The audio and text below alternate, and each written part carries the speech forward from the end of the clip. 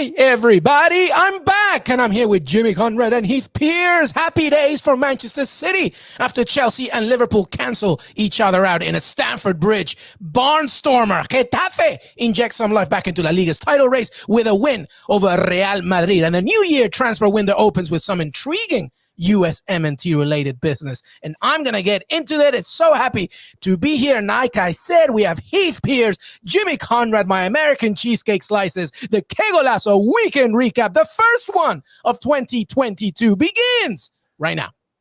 Hey everybody, welcome to Que Golazo. Thank you so much for being part of the family. Happy New Year. Feliz Año Nuevo. I'm so happy to be here. If you're watching this on YouTube, thank you so much. Leave a comment, leave a question. We're here to answer them all, of course. Always do it throughout the entire show. And some of you that are listening to this on podcast form, that's very nice. Please make sure that you leave a rating and review. You can do it in Spotify now as well with 5 stars. We're so close to 6,000 subscribers on 7,000. What am I thinking? 7,000, not 6, 7,000 on YouTube. Thank you so much. And here we go with some weekend recap goodness. Heath Pearce, what's up, man? I'm doing all right. How you doing, baby?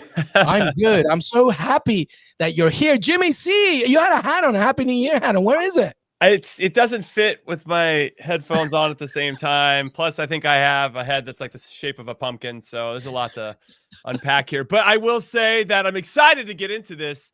We have a lot to discuss, everybody.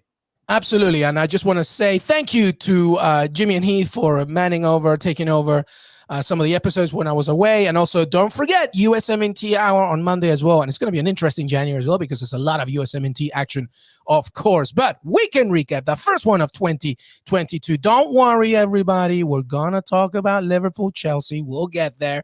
It was amazing. We will talk about it. But I do want to begin with the game that just finished, which is Barcelona 1, Mallorca nothing. Barcelona, by the way, absolutely plagued with COVID, injury, suspensions. 17 players unavailable due to all those things. They couldn't register Ferran Torres in time, of course. I mean, it's just a typical Barcelona week, of course. But 17-year-old Ilias makes his first team debut. Luke de Jong scores. Barcelona 1 and Mallorca nothing. Jimmy C, what do you think of that? Barcelona, they started the year with so many issues, but they got that win. I mean, it always puts a smile on my face when Luke de Jong, who's like the Marwan Fellaini of Barcelona, or when Fellaini was at Manchester United, one of these things is not like the other. But the guy almost scored a sick bicycle, by the way, prior to him scoring his goal. And obviously with Madrid losing to Getafe, it allows them to gain some points on their biggest rivals. Atleti got a big win as well. So fair play to Getafe for giving us a little bit of intrigue in La Liga. But for Barcelona's sake, I actually feel like even though they were missing some players, they still had a good sense of their core in the back. I mean, Gueza was out there, Araujo, PK, De Jong still out there kind of holding it down as the pivot in midfield. So not completely decimated, but I don't think they tried to be anything that they weren't. And I feel like this version of Barcelona at times tries to play like they used to play, and they just don't have the players to do that. And this one, they came out, they knew what they needed to do. Scrape and scrap. They got the players to go out there and do that, and they got a good and well-deserved goal and all 3 points. Yeah, the only thing I'd add to that is that, final 15, 20 minutes, Barcelona again look really vulnerable. And I think that's been the story of the season for them, is they were strong at first. They came out, weren't creating a lot of chances, which is what we see constantly. And then as the game goes on, they get a little bit better. And like you said, Jimmy, they have a number of players that don't seem to be too foreign to some of the players that they have now. Some of the young players coming into the team or the squad and how depleted this roster is. But to see at the end there, them just hanging on for hope against the Mallorca side, who are really, really built like a second division team that are going to just be surviving for large portions of matches. It seemed like they were a little bit vulnerable. I mean, I get it. You're playing against Barcelona, you're playing against a depleted Barcelona, but at the end, they looked vulnerable and they could have given up an equalizer late on. But to be able to hold on to some points, there's got to be some value in there. You mentioned, Jimmy, them getting closer to their heated rivals. I don't really see the value of the 3 points getting them any closer to anything of value within the context of the league itself. But overall, I think something that you could still build on. There's still moments you could take. I was trying to throw a bone to Barcelona Jimmy, fans. I know, but like, this is it. They got to hope to beat Mallorca away from home. I know, I get that. That I get as a result. But the idea of them getting closer to somehow Real Madrid is just a little bit of a stretch at this point in the season. Maybe we'll look back at this as a turning point of an otherwise average performance. But you know, I still think they have a long ways to go. I think, you know, Real Madrid giving up points, giving up all 3 points this weekend. It doesn't really change things. It feels a little bit quiet still, as if the title race is still in their hands. When I was 7 years old, I was terrible at math growing up. When I was 7 years old, my dad was like, look, just pass this test. I got a B+. That was enough for him. Just get, I mean, it's not a Barcelona B+. A B+? That's great. That's a good, I mean, geez, that would have gotten you awards in my family. Dude. I think I'm lying. I think it was a C- or something. But anyway, the point is, my dad said, just pass. I don't care about anything else. And I feel that that's Barcelona right now. Just get the victory. We'll figure it out in a second. Though, to Jimmy's point, you know, Xavi and the philosophy of Barcelona, he might want something else as the season goes forward. But, and we will get to La Liga later on, but this means that Barcelona are 5th, by the way, you know, which is definitely better than what it was a few months ago, regardless of all the injuries, etc. But we will talk about La Liga later on, everybody. I promise. We now go to, my goodness, what a game at Stamford Bridge. A great advertisement for the Premier League as Chelsea come back from behind 2-0 down to make it 2-0. Mohamed Salah with a great goal. Sadio Mane opened it up. Christian Pulisic, who was actually really bad at the beginning, scored a beautiful goal as well. How about Kovacic? What a finish from that one. 2-0 in that game. Such a great victory, Heath Pierce, for everybody in the Premier League. Not a victory on the pitch, but I guess Man City's the biggest winner here. Yeah, Man City won this weekend, obviously, for sure, in the way that obviously splitting points between Chelsea and Liverpool.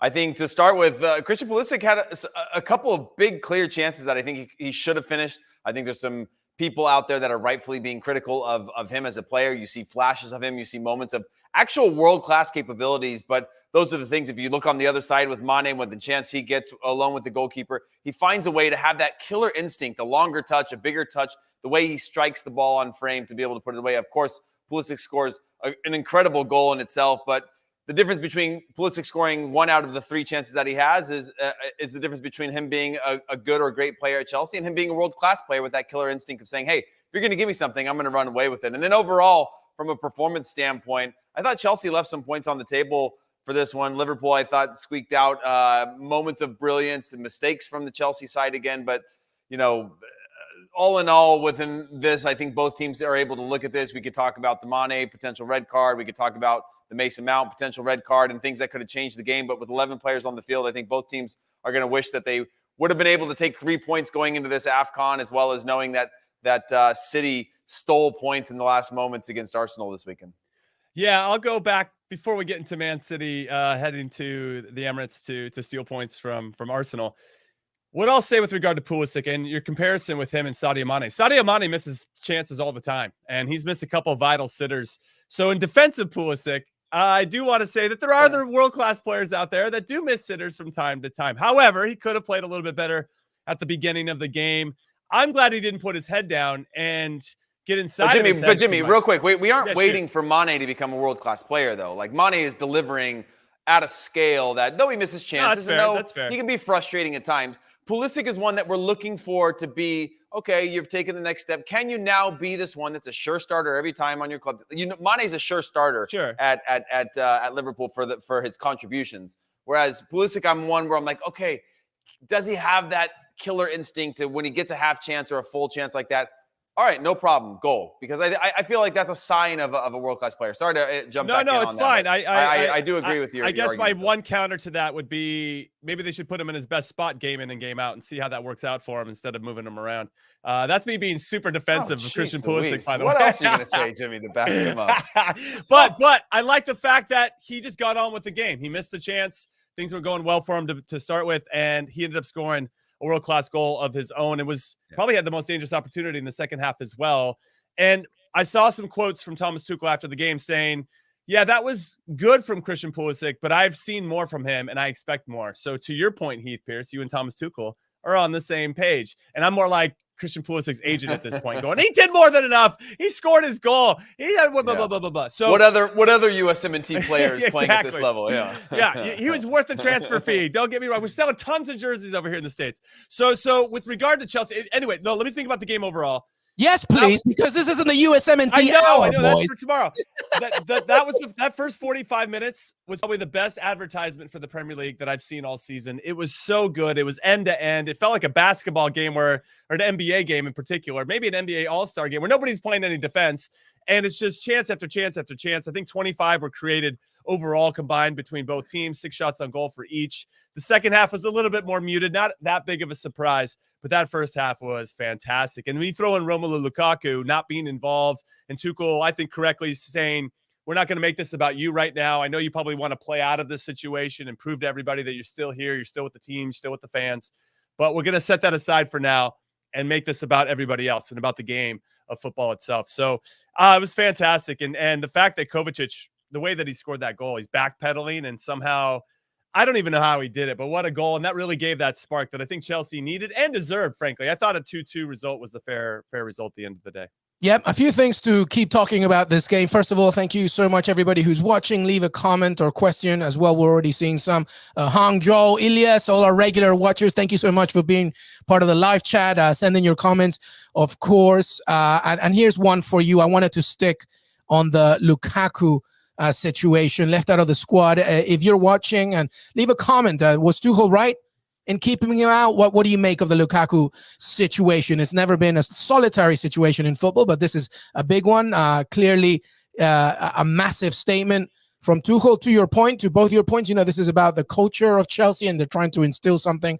The club will always be the biggest thing, no matter what, regardless of who you are. But were you surprised, anybody watching, if that Lukaku was left out? Did Tuchel make the right call or a mistake? Let us know, of course. But it wasn't just him, by the way, everybody.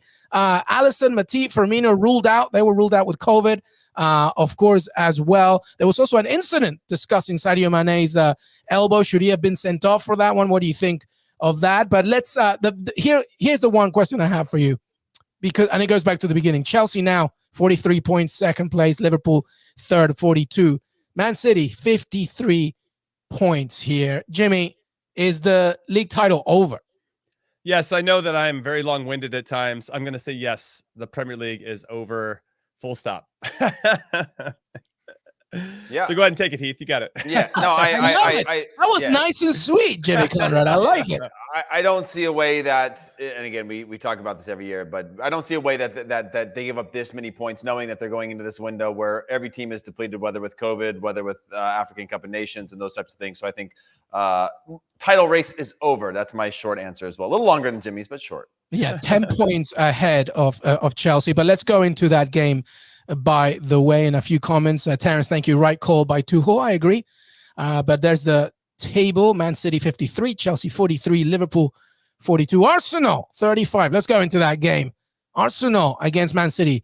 A pretty good game. I believe there are, Arsenal fans ended the game by saying 2-1 to the referee. Obviously, some questionable calls once again. Heath, Arsenal fan, how do you feel about that loss? Because first of all, there's no shame ever, right, in losing 2-1 to Man City. But do you think Arsenal did enough to deserve at least a point? I think they were a little hard done in this game. I think City were pretty lackluster for large periods of the match. I think, again, when you look at Arsenal needing to beat these big teams, that was the day to be able to do it. I think, again, they lacked a little bit of that killer instinct. When I look at Martinelli, I look at him in the same regard as I think of a Pulisic, where he had 3-4 clear chances. Those could have been the difference, wasn't able to counter or capitalize on them. But when you look at his performance overall, you're like, wow, what a worldie of a performance. But then you would have hoped that you could add a couple goals to that in the way that he performed. Wasn't able to be clinical. When I think about Odegaard, Saka, and Lacazette, again, top performances from them. But City showed exactly why it is that they're willing to do what it takes to win a championship. And when we talk about the title race being over, they left it late. They weren't on the same page. There wasn't much of a rhythm. It wasn't one of their better games. In fact, I think it was one of their worst games of the season, but they were still able to go up against a Arsenal side that are in top form right now and get a full result. And so, overall, it's tough to argue what Manchester City are doing, but it did seem like for large periods, Arsenal were very good, and they were on the front foot from the very start, bar a few chances, half chances from Man City. The And they best could have gotten more 45 out of it. minutes I've seen of Arsenal this season, the first half, I thought. Yeah, and by the way, this was, Jimmy talked about the 2-2 for Liverpool-Chelsea being the most exciting game. This was also a really exciting game. Again, for Man City standards, it wasn't great, but when you looked at the game overall, it had a lot of good combination play, attacking play, breaking down lines, tactically very, very sound. The speed of play was very good. So overall, an entertaining match. And I just, perhaps one or two things different. Arsenal could have gotten something out of this. Yeah, I agree with both of you with regard to Arsenal's performance. What I think is the most impressive is the fact that they were on the front foot against an opponent that they got their asses slapped by 5-0 earlier in the season, and it wasn't even close. They weren't close in a lot of different ways. But now when you watch this game, the mistakes that Arsenal made, for me, are easily correctable. And this might be the best that I've seen a Mikel Arteta team play over 90 minutes. That they were in the game. They're up against one of the best clubs in the world. We're not just talking about England or Europe. We're talking about the world. And this Man City team, Pep has got them pretty healthy, all things considered. They've dodged a lot of the COVID stuff or anything big so far. So, I think that's going to help them ultimately win this title as well, as who's going to be the smartest during this COVID run.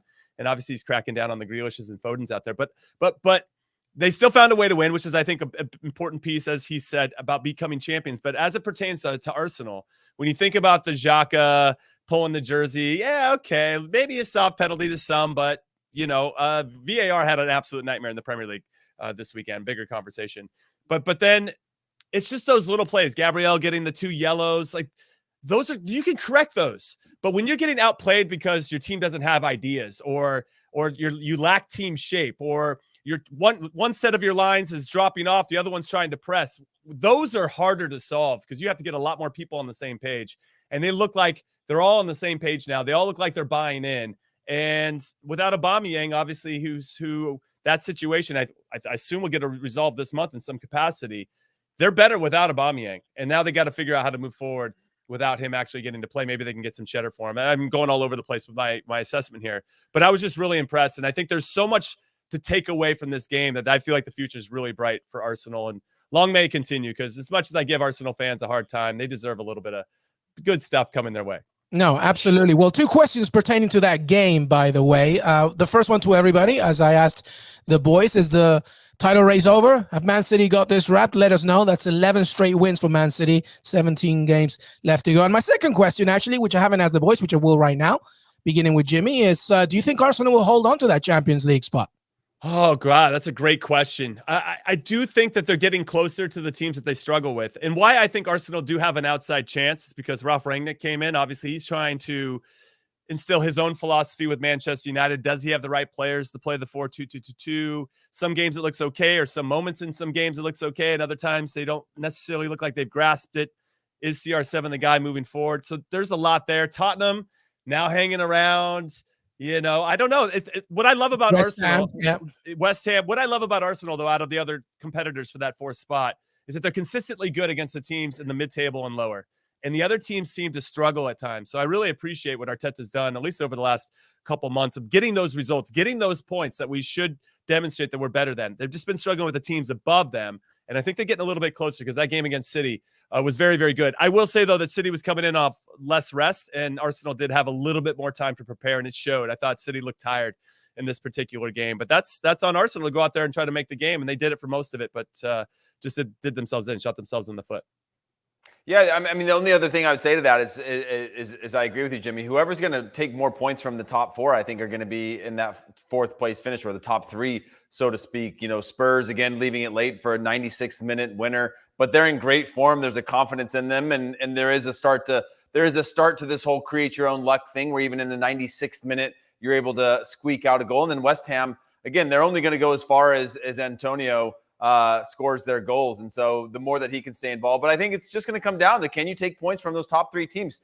Arsenal had that opportunity. They had a chance to at least get a point out of this game, and they, again, leaving it late and giving up the full 3 points, I think, is a little bit creating their own downfall. And again, a 5-minute period of chaos where they lose a player on the field, and your veterans. It's not even your young players that are letting you down. It's your older players with Gabriel and then Xhaka, who is notorious for letting the team down in big moments. you can cut those out, maybe. But the other teams are also starting to clean up as well. So it's gonna be a really tight race to see who takes that fourth spot. Yeah, I actually think the other way around in a way. I think that that fourth spot is determinant on how these teams can get the best out of the teams that they should be beating, right? You know, the games that they should be winning, but we will see. There was a question there from Michael. I want to ask these two about it. Who is closer to the Champions League title, Chelsea or Man City? So we're going to do this fun, all right? Ready? Heath, Jimmy, at the same time, I'm going to go 3, 2, 1. You're just going to tell me the club, Chelsea or Man City. Who is closer to winning the Champions League title? Again, it would be for Chelsea for the first time.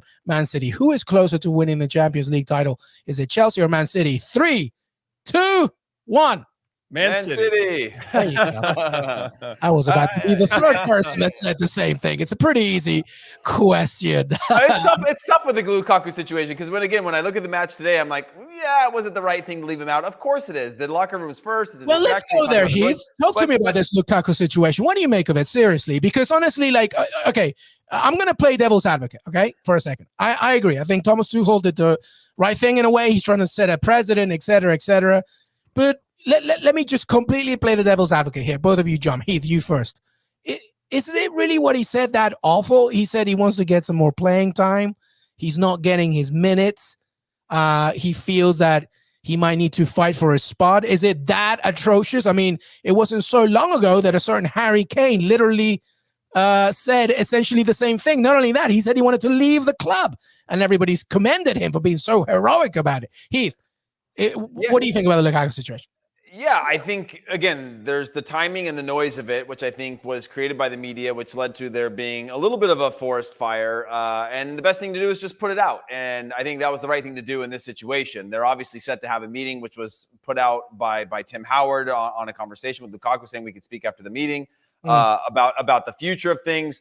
Thomas Tuchel was very open about it, where this isn't the first time that he's experienced that. He doesn't take it personal. He doesn't see this as an attack on him. And so I think it was just one of these moments where you needed to take a stand to say, hey, this is about the team. We have an upcoming match. We put this off to the side and we can bring this up again the next day. Now, when I look at the second half of the match and I think about what Lukaku could do in a match like that against Liverpool, knowing how he can occupy space far better than I think Kai Havertz could or any of that movement in and around the box. That's what I would love to see him thrive off the bench of saying, hey, we're going to bench him. Let's see how he responds to this. But ultimately chose to just put it to the side, knowing that this is a busy time of year. I respect the way in which he's handling it. It'll be interesting to see how this meeting goes, because it almost feels like perhaps there's a little bit of a request for an exit or a talk about the future, which seems insane to me. Yeah, strategic, a strategic interview. Yeah. Yeah, if that is actually the case, that they're talking about the future, his future with the club beyond Monday. But in the short term, it seemed like the right thing to do for Tuchel to eliminate that distraction, and we'll see how it's responding from there. Yeah, Tuchel came out and said that he talked to 5 or 6 or 7 of the main players within the team. So you look at the Azpilicuetas, you look at the Rudigers, you look at the older guys, right? The guys that have been around. Thiago Silva's seen some things, have dealt with some pretty big personalities, I'm sure, at some point in their careers. Maybe Zlatans of the world, Thiago Silva in particular. So, and then you work with Lukaku, you understand, okay, what do we want out of this situation? If we do bench him, he's just going to he'd be sitting there. And if he's in the 18, he's going to get heckled by the fans. It's just going to be, that's probably not what's best for Romelu Lukaku. It's better to keep him and protect him. Now, also in Tuchel's quotes, he said that he's trying to protect the player. He just wants to understand more about where it was coming from. He wants to, why he did it, because they didn't approve the interview. Chelsea didn't know he was doing that interview. And so there are all these little things that are piling up that I just think maybe, and to Tuchel's point, I love, as he said, he doesn't take it personal. He just, something came up and Romelu said something at a time that showed some vulnerability, that he's upset that he's not necessarily being the guy or not getting partnered with in a way that he was at Inter. And it's just not working out. If he's not scoring goals, going through a bad run, as every striker does, then of course your frustrations are going to come out in different ways, where maybe things felt a little bit easier at Inter or that they were set up, or maybe Antonio Conte was babying him in a way that Tuchel's not, right? And there's a lot of that happens. Heath and I both know that, under Bruce Arena, that you got handled by him in some ways. Then Bob Bradley came in and he's completely different in terms of how he handles different personalities. And so Tuchel looks like a pretty tough bastard who doesn't put up with a lot. Antonio Conte feels the same, at least on the outside, but I bet he's a softy inside. So it's hard to know. And I think they handled this perfectly. I wonder, though, because that second goal that Chelsea scored, that Pulisic scored, he comes out of that false nine area. And I actually feel like if Lukaku had been there and had been, he'd just be sitting between the two center backs, Van Dijk and just Konate, like right there. Would that same run have been open? I don't know, because I feel like if you do play the false nine, there's a lot of communication that has to happen between the center backs as to who has who and when. And I'm just throwing that out there. Obviously, it was a great sequence from Chelsea in a lot of different ways. But I wonder, I don't know. I just saw somebody put it out there on the internet about, would Chelsea have won this with Lukaku in the team? And I mean, it's tough because the game is fluid. You can't. I know. I'm just saying. I pondered it. The reason it's a little difficult too is because Konate did show a little vulnerability, and if Lukaku had been right up against him, he would have given him an absolute nightmare. So you can't really say one or the other. But by the way, here's your call to action. Did Thomas Tuchel make the right call? Why for yes and for no? Hey, by the way, do you think that when Tim Howard and Romelu were like texting, Romelu just literally sent two emojis, like the nervous emoji face, like he could, and Tim was just like, "Look, this is basically what he told me on Monday. It's going to happen," but it will be interesting to see. I would love to see that text. It's a sweating emoji. He's like, yeah, he told me he's nervous. The vomit emoji. Oh, I'm gonna be sick, bro. This is bad. This is bad. Hey, before we take a break, everybody, let's wrap up the Premier League. The other remaining matches that happened, by the way, Des, I know I may have put you on the spot in terms of fixtures, but I do have them here as well to read them out. Obviously, Tottenham winning late against Watford, West Ham against Crystal Palace. That was a fun game. Brentford beating Aston Villa 2-1. Leeds United 3-1 against Burnley. Everton and Brighton winning 3-2 in that one. And Man United Wolves play tomorrow. Anything to take away from the weekend? The first one of the year, 2022, before we move on there, Jimmy Conrad.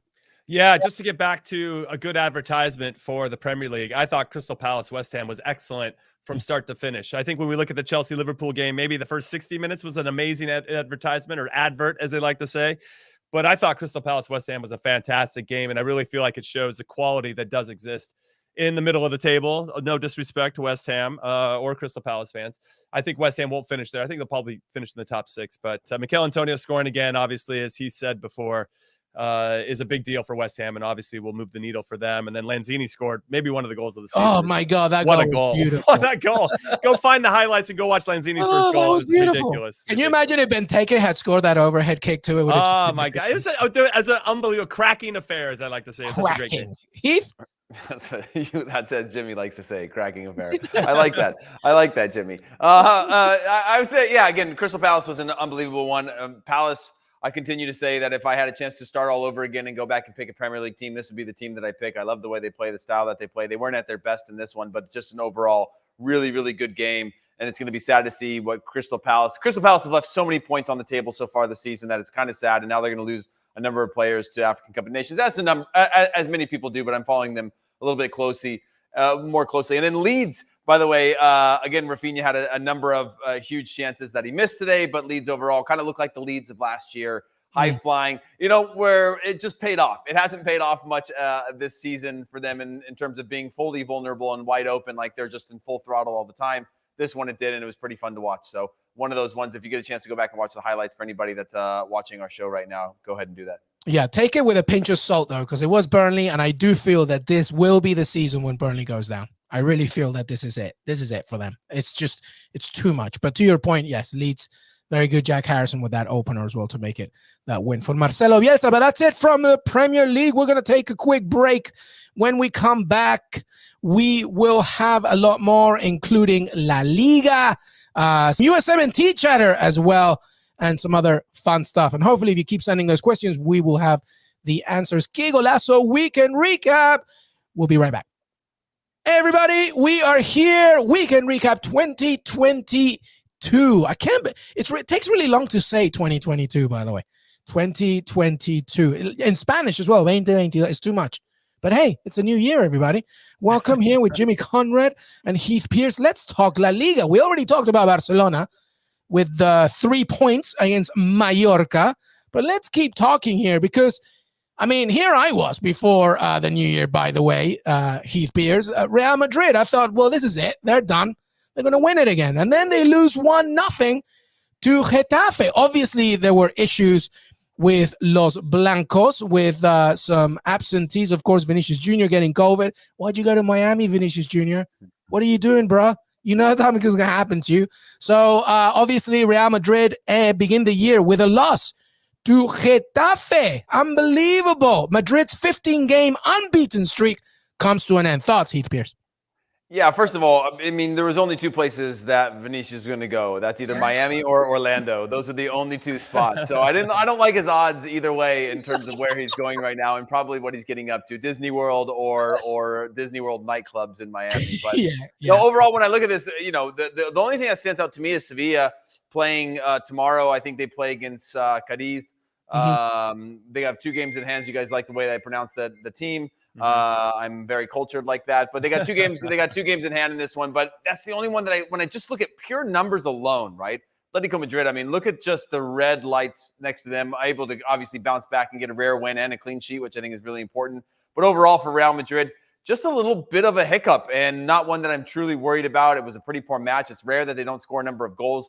Obviously, the thing that I'm concerned about long-term for Real Madrid is the fact that Benzema has to carry this team as much as he does. And you can't expect Benzema at his age. Every time Benzema scores or he has a brace, we say, wow, World Player of the Year, or he should be in the conversation for Ballon d'Or and blah, blah, blah. And you expect him to do it every single week. But you can't expect him to do it every single week. And when a team goes through these rotations and has, again, a little bit of a depleted roster, you wonder who's going to pick up the slack on that, Hazard or Asensio or whatever. And when they don't, they're left with nobody who can really score goals in this team if they don't have their best 11 out on the field. And so it's a little bit concerning long term, but they seem to have been able to figure out most of the year, at least relying heavily on Karim Benzema to just play out of his mind. But, you know, this is a little bit of a loss. If the table was a little bit closer together, I'd have some concerns. But for now, it just seems like, hey, eventually they were going to lose this one. They're probably going to bounce back with a win.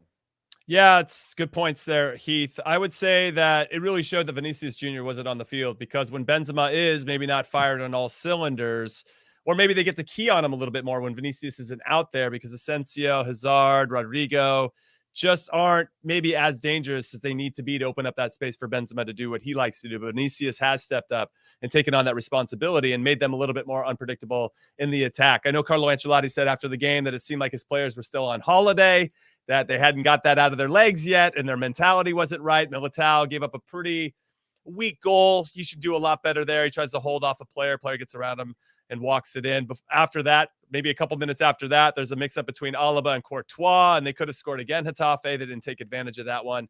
That said, despite this team being on holiday, they had 74% possession. Modric hit the post. Casemiro, the goalkeeper, David Soria for Getafe was fantastic. Maybe his game of the season. So that's what makes me a little bit nervous for everybody else in La Liga. In an off game for Real Madrid, they were still very, very close to getting something out of this and potentially winning the game. Just that luck didn't break their way. And maybe because, to Ancelotti's point, they just weren't putting themselves in good positions to take advantage of that luck. And they ran into a hot goalkeeper. So, yes, ultimately, that's a really long way of me saying that I agree with Heath Pierce, that I'm not worried about Madrid. So for all you Madridistas out there, you should feel pretty comfortable that you're still in cruise control for winning the La Liga title. Jimmy, back to you, and then Heath add, but are you worried about Eden Hazard? I mean, what's happened to him? I mean, he started, but then he got back. I mean, it's kind of worrying, isn't it? It is. He just never seems like, or never has felt like he's fit into the system. Before I thought maybe it's because he used to worship Zidane when he was a kid, and maybe having him as a manager is like, don't get to know your heroes or whatever. Maybe, I don't know what it was, but he couldn't get fit. Obviously, he wasn't taking care of himself in a great way. Then when he did get on the field, you see flashes, but very, very brief flashes. And he never really got going and got that momentum or that trust from all the other players that he could be the guy. And that's kind of he's in that purgatory right now. They're kind of like, man, he's not going to pan out anymore. And they're ready to look on and look past him. So now what do? I think Chelsea would take him back if the price is right. But if I'm Newcastle, I wouldn't mind throwing a flyer on not Pulisic, well, him too, but on Eden Hazard. Listen, Newcastle, I'll take anybody at this point to help bolster our squad in January. But he's an interesting one, and I bet you Madrid would be interested in getting him off the books, especially with Mbappe and potentially Erling Haaland coming in based on some things that I'm seeing. Yeah, I mean, I look at Coutinho the same way as I look at Hazard. Yeah, I think these players, they go into these clubs and they come into the clubs as one of the best players in the world, and you just wonder what happens to them. Gareth Bale, same thing. They come into the club, and obviously injuries play a big role in this and the mental side of it. And then you're playing at a huge club under immense pressure, and it seems like a mix of an injury plus the pressure loses a little bit of that joy where they came from a situation. And Jimmy, you know what this is like when you get your first big injury or one, it kind of lingers in your head. You hope it goes away. If it comes back, it kind of never goes away again. And I wonder how much of that is just the quality of life and all of these things all tying together. But if the club has no plans for him, it's really hard for you to ever prove yourself in a way that's going to be impactful. So I think, it's time for him to go. Do you remember after they lost to Chelsea in the Champions League last year and Eden Hazard got a bunch of grief from Madrid fans because he was after the game, after Madrid had lost, he was laughing with his former Chelsea teammates. Yeah, right after. And that makes me think that little microcosm makes me think he doesn't really have a lot of friends in Madrid or on the team, and he misses the friends that he has. Maybe there's a bit of loneliness that's happening off the field. Where he doesn't at least Gareth Bale had golf, that's true. And I'll tell you about Gareth Bale, like to Des's point as well, a producer who just said as well. I mean, Gareth Bale won 2 La Liga titles. He won the Champions League. He's a winner. He's done stuff. Yeah, he's got the clutch gene. He's got the clutch gene. But overall, in terms of what you pay for him, you probably wanted a little bit more out of Gareth Bale. I think we have short memories. He started well at his club career with Real Madrid. It's just it got a little bit. Eden Hazard has 4 years ago. Yes, but Heath, my point is Eden Hazard hasn't done anything from the beginning. I agree. I agree. And Eden Hazard went into it as, again, just like Bale, one of the top players in the world, if not the best attacking player in the world on the dribble. And to not see any flashes of that consistently is kind of disappointing, and one that I think we look at this Real Madrid squad and it's already tainted the way in which I look at Hazard. When I see them building the roster, I see a starting lineup. I don't look at Hazard the way that I did when I see him on a team sheet when he was at Chelsea, and you go, oh man, he's going to destroy whoever's on the other side. I go, oh man, who's injured today that's putting Hazard into the starting position? Yeah. By the way, Gareth Bale Spanish, awful. Terrible. He's never learned. He didn't even try. Try. But there you have it. All right. Well, some remaining fixtures, by the way, in La Liga. And to another point brought up by our producer, by the way, Sevilla, you mentioned them, Heath Piers, but they have 2 games in hand. So, sorry, Des Norris says Gareth Bale's English isn't much better. Just an Irish joke on a Welsh. That's just mean. But hey, Sevilla has 2 games in hand. So if they win that, by the way, they'll be a little bit closer to Los Blancos. They could pull within 2 points of Real Madrid. But there were some other fixtures as well. Atleti, they won. That's good, huh? And who else? Celta Vigo beat Real Betis, which is a big deal for Real Betis and their own hopes. Any final takes, Jimmy Conrad, from La Liga from this weekend? Yeah, must-win game for Atletico coming out of their own break against Red Hot Rayo Vallecano. And it was cool to see Falcao get a standing ovation from everybody because his former club was Atleti at the Wanda Metropolitano. So that was very cool. And it was cool to see a 4-4-2 from Diego Simeone getting a clean sheet, as he said before. Luis, maybe you said it before, it was really important for Atleti in particular to kind of get it right on that side of things. They haven't been that sharp. Trippier came back into the team. I think it showed. I think they were just better balanced today, even though they were missing a few players due to COVID. They just had a little bit more of that. They weren't so one-sided. And with Suarez and Correa up top, anytime Correa, remember when Correa started the season with like 5 goals in his first 4 games? Yeah, and then Correa's, they're like, well, you're going to sit on the bench. We got Griezmann, we got Cunha, we got Joao Felix, and like Correa scored goals and you put him back in. He's got a brace today. I like Angel Correa a lot. I hope he continues to get a lot of minutes. And they just seemed like they were better fit. No Koke today too. And I thought Kondogbia was very good. So that's a situation to keep in mind or keep an eye on. But good performance from Atleti. Hopefully it continues. Yeah, my only other point is that I look at the Real Betis game losing to Celta Vigo as a big swing moment for them. They've now lost 2 in a row. I look back at the early December win against Barcelona. Granted, this is a Barcelona that we don't really recognize anymore. And I thought, okay, this might have some legs in terms of their ability to stay in the top 3. I think they're still 3rd in the league right now. But when I look overall, 2 losses in a row, first to Athletic Club Bilbao, and then this one seems like perhaps they're just hitting a little bit of a wall right now, and hopefully they can bounce back with a good result soon and be able to keep pace with the rest of the league. But if they continue that form and they run 3-4 games without a win, I could see them falling back down to mid-table pretty quickly, which will allow more spots to open up. And when you're talking about Champions League spots, we just 2 weeks ago we were saying, would Barcelona make it into the Champions League? And there's some of these smaller teams, I don't want to call them smaller teams out of disrespect, but smaller teams compared to Barcelona, maybe just handing away points or opening up those spots without them having to get the results. Yeah, well, the race to the Champions League in La Liga is tight, by the way, because Real Betis, as you mentioned, third with 33 points, Atleti with 32, Barcelona 31, and then you got Rayo Vallecano and Real Sociedad with 30 points. So, it's a nice little tight race there as well. And just one little point on that Celta Vigo win against Real Betis. Iago Aspas, one of the most likable players out there, scores a brace. He had a real nice touch of class there when he scored a penalty against goalkeeper Rui Silva, whose father died last week, and Iago Aspas, instead of celebrating, went to hug him. It's just shows you the kind of person that Iago Aspas is. All right, let's move on here. Oh, here's an interesting thing. As I mentioned at the top of the show, Mondays are USMNT our episodes. Jimmy Conrad and Heath Pierce, always with the goodness. And this is a great month, by the way, obviously, with USMNT Canada. They got some guests coming up as well. Should be super fun. But a lot of news happened as well, by the way. USMNT players on the move, Heath Pierce. Let's begin with Daryl Dike to West Brom. A permanent deal, by the way. $9.5 million for his services. What do you make of that?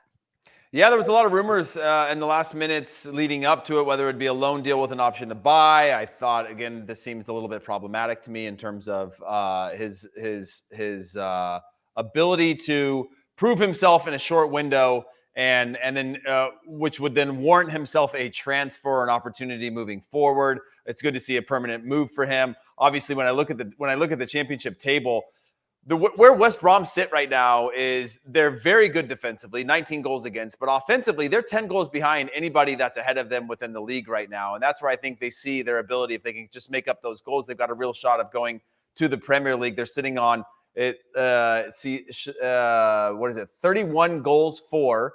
You got 51 goals for at Fulham. You got 43 at Blackburn and Bournemouth at 41. So they're really lacking in that goal scoring category. So they're making a huge bet and a huge gamble on somebody during a crunch time in the season where they obviously have a ton of games to go. That I'm really excited to see him be able to prove himself there and hopefully get a shot at the Premier League. Yeah, I was just going to jump in and say that they are struggling to score goals. They haven't scored more than 2 in a game since October 23rd. And that's a long time ago. And then when they got 2 goals in the game, it was over Coventry away from home. And the second goal they scored was actually an own goal. So technically, they haven't actually scored 2 goals in the game. So yes, Daryl Dike, I think, is going to be someone that they can rely on. I say this a lot, provide some unpredictability, I think, up top.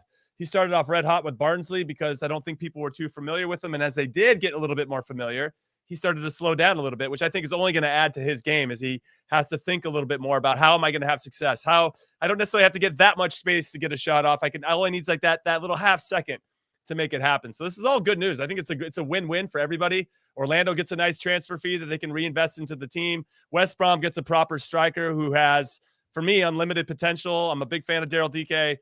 And for the player himself, he gets to make a move to a team that's in the championship that isn't mid-table or at the bottom. Like, they have a legitimate chance of getting promoted to the Premier League, and that is awesome. So it's a big win for everybody, and I hope it goes well for everybody as well. Yeah, his partnership with Callum Robinson should be a good one. By the way, this is a reunion back again with Valeria and Ismael, who manage Barnsley, and obviously they know each other. But to your point about goals there, Heath, it's the long ball game for West Brom at this moment. They need to be a little bit more dynamic. But hey, it wasn't just Daryl Dike that stole the headlines. Our very own Fabrizio Romano with another bomb. Amazing. Ricardo Pepi, a friend of the show.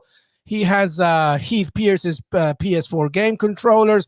He goes to the Bundesliga, or at least, he's on his way. Fab reporting a $20 million fee. That's a record, by the way, for FC Dallas as well. More on this on tomorrow's USMNT Hour. But Pepi to the Bundesliga, Augsburg.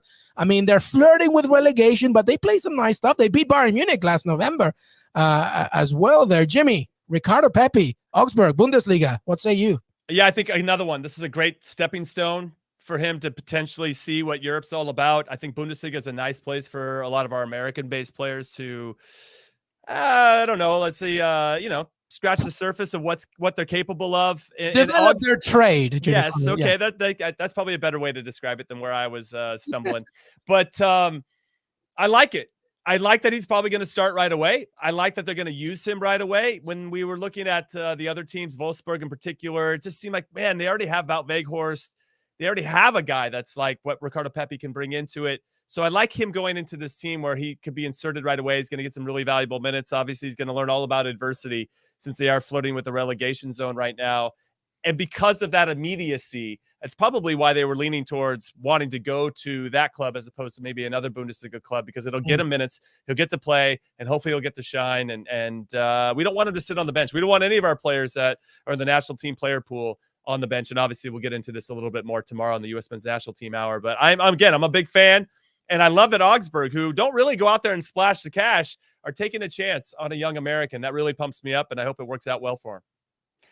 Yeah, the only thing I'd add is this, again, it might sound a little bit hypocritical to say that this is a good move for him compared to a Wolfsburg who are not in the form that we're in. But Wolfsburg are a big club going through a bad period. And I think that's a dangerous game for him to play versus Augsburg, where they're going to splash the cash, record transfer fee. He's obviously going to get his games, and it's going to go game after game after game. Now, I'm still nervous compared to the teams that he was linked with, where I'd love to see him play. But looking at a World Cup year, I'm like, hey, this guy could get a run of 20 games in the back half of the season, or whatever it is, 18 games or 17 games, I guess it would be with the 18 team season. It doesn't matter. But yeah, I think he can get a good run of games in that latter half of the season, get a run of form, hopefully score some goals, keep the team in the Premier League, and you could see that as a stepping stone. Now, stepping stones are really dangerous because that club's not known for being a developmental club of sending players or funneling them through, but he is a goal scorer. You don't really have to be a developmental club to be a goal scorer and get your move on. If you score goals, the next team will come calling for you. First, it'll be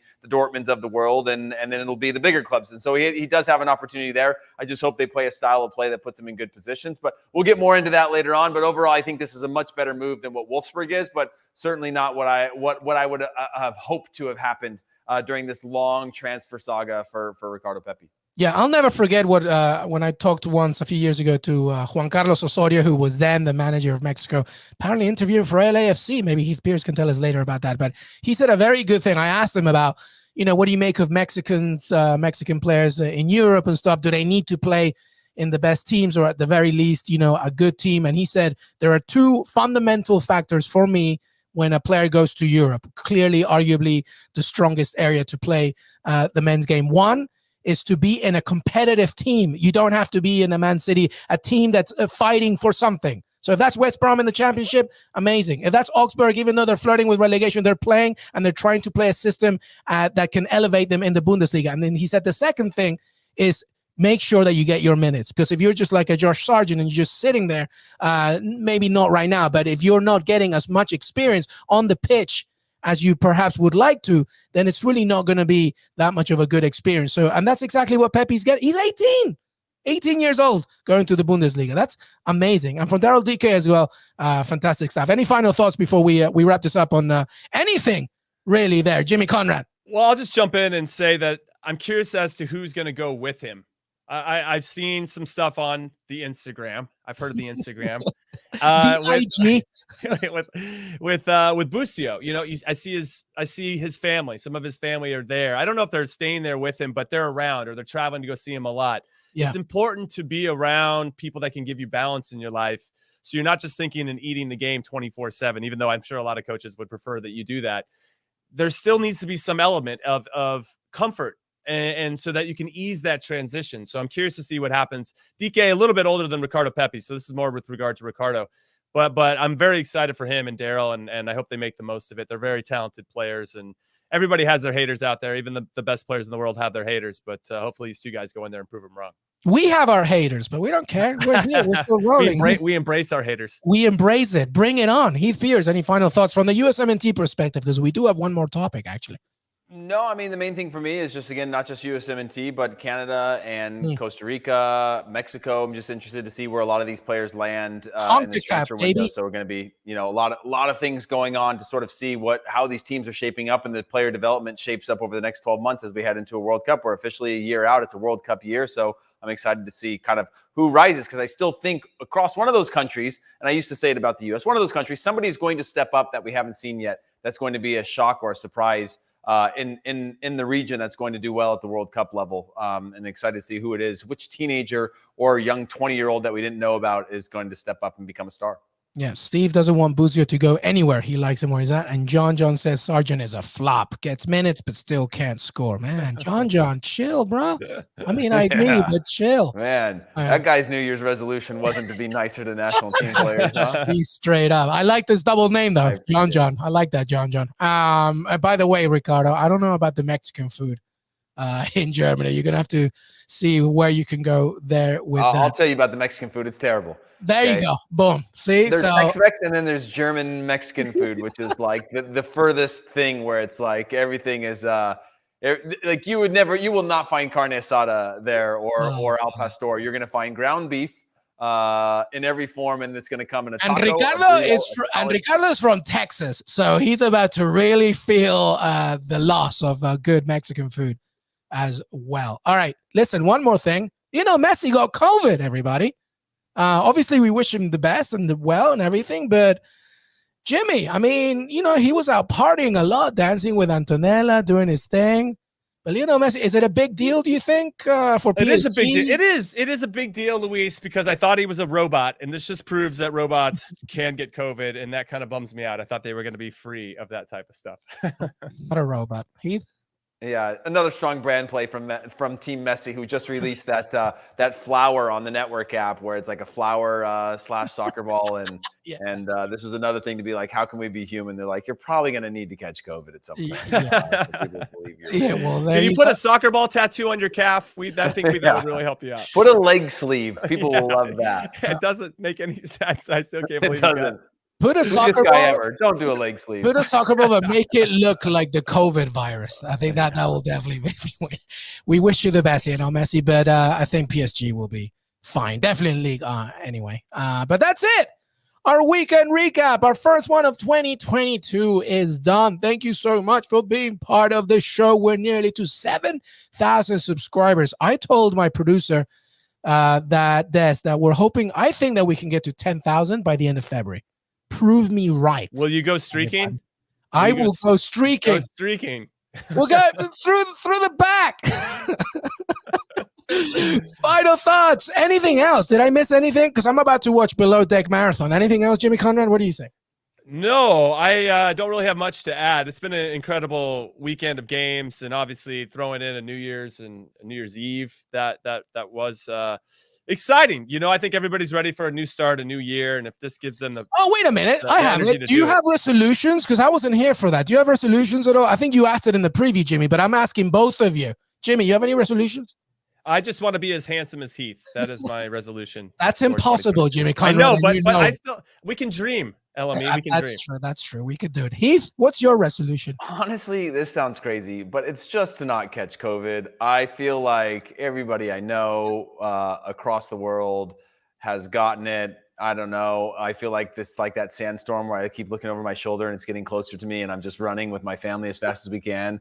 And like sandstorm, dragging the kids through, and so that's not really a resolution as much as it is just like a hope. But all the other stuff was really sappy. You can go back and listen to the preview, and it's just a lot of hugs and like socially distanced hugs, but like virtual hugs, like positivity and stuff. What the hell? I wasn't here for that. That's so not all right. Well, I'll pretend that I was there, and I appreciate it. But everybody should have at least one resolution, no matter how dumb it is, and I want to hear it. Send it to us, Que Golazo Pod on Twitter. We will be back. So much to discuss this week, beginning with some Fabrizio Romano content on Monday and the USMNT Hour, and so much more. Jimmy Conrad, thank you so much, my man. Thank you, guys. Always a pleasure. HP, thank you. Thanks for having me. Thank you, everybody. Have a great evening, and we will see you next time. Until then.